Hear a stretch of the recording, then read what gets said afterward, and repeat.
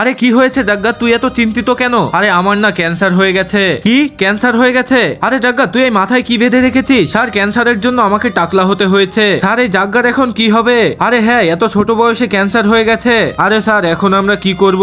আরে চুপ হয়ে যাও, ক্যান্সার হয়েছে, ও এখনো মরে যায়নি। কিন্তু স্যার আমি এখন কিছুদিনের মেহমান। কি? হ্যাঁ স্যার, কিছুদিন পরে আমি মারা যাব, এখন আমি গেলাম। বাচ্চারা জাগ্গার জন্য আমার অনেক খারাপ লাগছে স্যার। আমাদেরও। বাচ্চারা আমরা জাগ্গাকে ঠিক করতে না পারলেও জাগ্গার দুঃখের সময় আমরা তার সাথে থাকতে পারবো। কিন্তু কিভাবে স্যার? আরে আমরাও জাগ্গার জন্য টাকলা হয়ে যাই। হ্যাঁ স্যার, সবাইকে একরকম দেখে জাগ্গারও ভালো লাগবে। চলো তাহলে সবাই টাকলা হয়ে আসি। আরে আমার প্ল্যান তো কাজ করছে। আরে সবাইকে কত সুন্দর লাগছে। আরে হ্যাঁ, জাগ্গা এখনই চলে আসবে। আরে চলে এসেছি আমি। আরে চলে এসেছিস তুই? এই যে দেখ, তোর দুঃখে আমরা সামিল হয়ে গেছি। এই যে দেখ, আমরা তোর জন্য টাকলা হয়ে গেছি। আরে এই যে দেখ। আরে এটা কি করে হলো? আরে তোর চুল কিভাবে চলে আসলো? কেননা আমি টাকলাই হইনি। তাছাড়া তো আমার ক্যান্সারও হয়নি। আমি তো তোমাদের সাথে মজা করছিলাম। তাহলে তুই আমাদের ফালতু ফালতু টাকলা করে দিলি। দাঁড়া তোকে মজা দেখাচ্ছি।